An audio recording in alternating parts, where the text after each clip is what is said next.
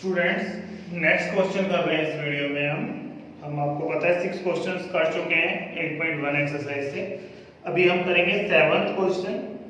तो 7th question में आपको cot थीटा गिवन है, दोबारा एक बार देखता हूँ। cot theta is equal to 7/8। तो गिवन है आपके पास cot theta is equal to 7/8, ठीक है। और आपको जो वैल्यू फाइंड आउट करनी है वो है इवेल्युएट फर्स्ट पार्ट में 1 plus sine theta into 1 minus sine theta upon 1 plus cos theta into 1 minus cos theta. तो ये वैल्यू आपको इवेल्युएट यानी फाइंड करनी है। और सेकंड पार्ट में कॉट स्क्वायर थीटा यानी कॉट थीटा की जो वैल्यू उसको स्क्वायर करना है। तो सेकंड पार्ट सिंपल हो गया। फर्स्ट पार्ट करते हैं।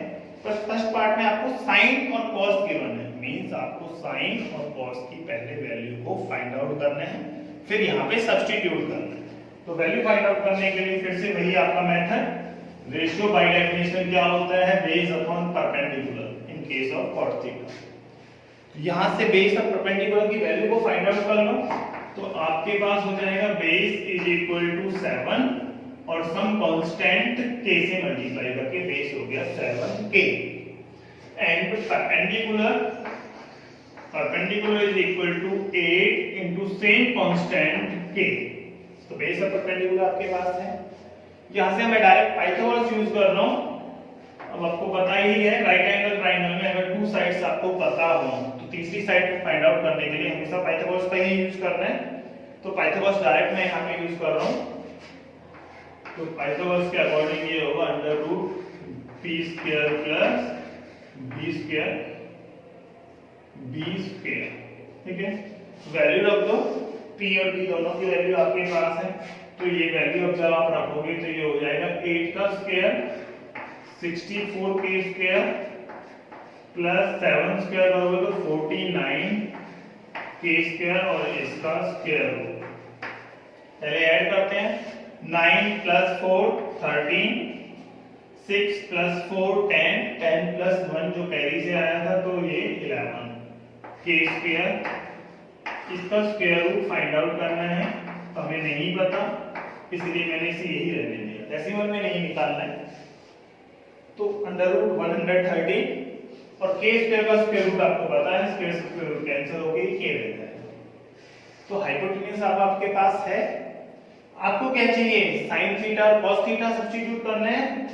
तो देखो फाइंड आउट कर लेते हैं पहले sin थीटा की वैल्यू p/h। तो वैल्यू आ गई आपके पास p/h करके जब निकालोगे p की value 8k upon √113k, k से k कैंसिल होगा। सेम यहाँ पे नेक्स्ट टर्म है cos थीटा जो आपको फाइंड आउट करनी है। तो उसके लिए आपको b/h। तो cos थीटा क्या हो जाएगा आपके पास, जब वैल्यू रखोगे तो ये आ जाएगा 7/√113। यहाँ भी k कैंसिल आउट हो चुका है। तो फाइनल कॉस आपके पास है। अब जो इवैल्यूएट करना है उस पार्ट में मैं जा रहा हूँ। फर्स्ट पार्ट है और इन्होंने कहा है evaluate 1 plus sine theta into 1 minus sine theta upon में 1 plus cos theta into 1 minus cos theta, ठीक है। अब हम यहाँ पे क्या करेंगे, या तो डायरेक्ट वैल्यू पुट कर दो, बाद में सोल्व कर लेना, या हमें पता है ये a प्लस बी और a माइनस बी वाला फॉर्मूला पहले लगा लेते हैं, वैल्यू बाद में सब्स्टिट्यूट कर देते हैं। इससे कोई फर्क तो पड़ना नहीं है, कोई भी काम पहले कर सकते हो। तो मैं वैसे इन्हें मल्टीप्लाई कर रहा हूँ, तो ये हो जाएगा 1 minus sine square theta 1 minus cos square theta. Solve इसे आप इससे आगे भी कर सकते हो, 1 माइनस साइन स्क्वायर थीटा की वैल्यू या फिर 1 माइनस कॉस स्क्वायर थीटा की वैल्यू लिख के लास्ट में वैल्यू पुट कर सकते हैं। पर अभी हम यहाँ फर्स्ट एक्सरसाइज कर रहे हैं जिसमें हम आइडेंटिटी यूज नहीं कर रहे हैं, सिर्फ डेफिनेशन और पाइथागोरस यूज कर रहे हैं। तो हम यहाँ पे डेफिनेशन के अकॉर्डिंग जो डेफिनेशन से साइन और कॉस की वैल्यू निकली है वो यहीं पे सब्स्टिट्यूट कर देते हैं। तो ये वैल्यू क्या होगी 1 की वैल्यू है आपके पास 8 अपॉन अंडर रूट 113 का स्क्वायर, नीचे 1 माइनस 7 अपॉन अंडर रूट 113 का स्क्वायर। सोल्व कर लो, स्क्वायर करोगे और स्क्वायर करके एलसीएम ले लेना डायरेक्ट, तो ये 113 माइनस 64 अपॉन 113, क्योंकि स्क्वायर जब किया तो स्क्वायर रूट तो कैंसिल हो गया, सिर्फ 113 का, 8 का स्क्वायर 64 और एलसीएम लूंगा तो 113 1 से मल्टीप्लाई करके ये आ गया। सेम नीचे भी आपको करना है, तो एलसीएम लेना है और स्क्वायर करना है, तो ये हो गया आपके पास और नीचे है 113, इससे इसे कैंसिल कर देता हूं। तुम्हें पता होगा 113 माइनस 64 अगर मैं करूंगा तो यहाँ पे आपके पास क्या हो जाना है 49 और नीचे हो गया सेपरेट करने के बाद 64, तो वैल्यू आ गई आपके पास 49 अपॉन 64। ये आपका पार्ट हो चुका है फर्स्ट 7th क्वेश्चन का। सेकंड पार्ट छोटा सा ही हो तो वो करते हैं। तो सेकंड पार्ट आपका क्या है, इन्होंने कहा है कॉट स्क्वायर थीटा, स्क्वायर अंदर लिखते हैं, अगर थीटा के ऊपर स्क्वायर है तो इसका मतलब सिर्फ थीटा का एंगल का स्क्वायर करना है, ठीक है। जैसे मान लो यहाँ पे एंगल होता आपके पास 15, उसका स्क्वायर कर दिया, तो आप यहाँ पे कहते कॉट 225 की वैल्यू फाइंड आउट करो। लेकिन अगर स्क्वायर कॉट के ऊपर लगा हुआ है तो इसका मतलब है पहले कॉट थीटा की वैल्यू फाइंड आउट करो, फिर उसका स्क्वायर करना है। यानी कॉट स्क्वायर थीटा का जो मीनिंग है वो है कॉट थीटा फाइंड आउट करके उसके बाद उसका करना है स्क्वायर, ठीक। तो कॉट थीटा फाइंड आउट करते हैं, वो गिवन है यहाँ पे, फाइंड आउट कुछ नहीं तो 7/8 और उसका करना है स्क्वायर, तो ये लगा दियो स्क्वायर। अब आपको पता है 7 का स्क्वायर 49 और 8 का स्क्वायर 64, तो ये आपका हो गया 7th क्वेश्चन का सेकंड पार्ट। अब 7th क्वेश्चन हो चुका है, अभी आपको इसी तरह से कुछ करना है 8th क्वेश्चन, और 8th क्वेश्चन में गिवन क्या है वो देखते हैं पहले। गिवन है 3 cot A is equal to 4, तो इसी क्वेश्चन की तरह है 3 cot A is equal to 4 given है, तो कर लेते हैं पहले। क्वेश्चन लिख देता हूं यहाँ पे टाइम खींच के। 8th क्वेश्चन है, इन्होंने गिवन में दिया है 3 cot A is equal to 4, तो आप यहां से फाइंड आउट कर लोगे cot A दैट इज 4/3, और cot का फॉर्मूला आपको पता है B/P होता है बाय डेफिनेशन, ठीक है। अभी हमें क्या करना है, इसके बाद वही B और P की वैल्यू यहां से निकाल लो। रेशियो गिवन है तो सब कांस्टेंट से मल्टीप्लाई करेंगे, B और P आएगा। B हो गया आपके पास 4k, k is constant, P is equal to 3k, find out हो गया।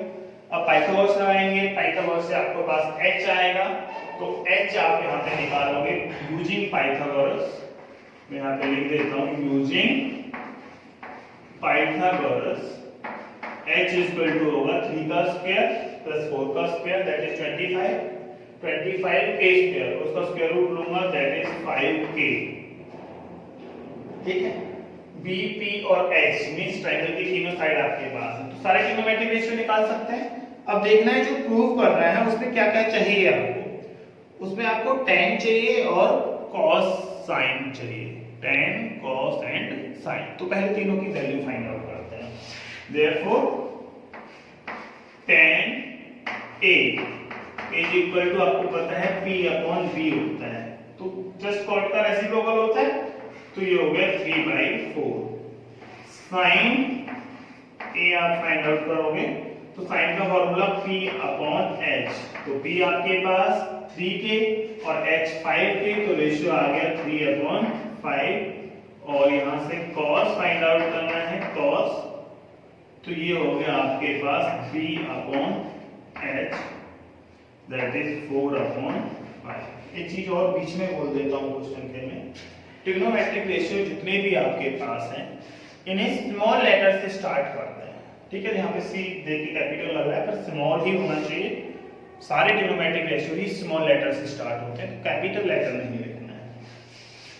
तीनों हो गए। अब आपको जो प्रूव करना है वो देखो,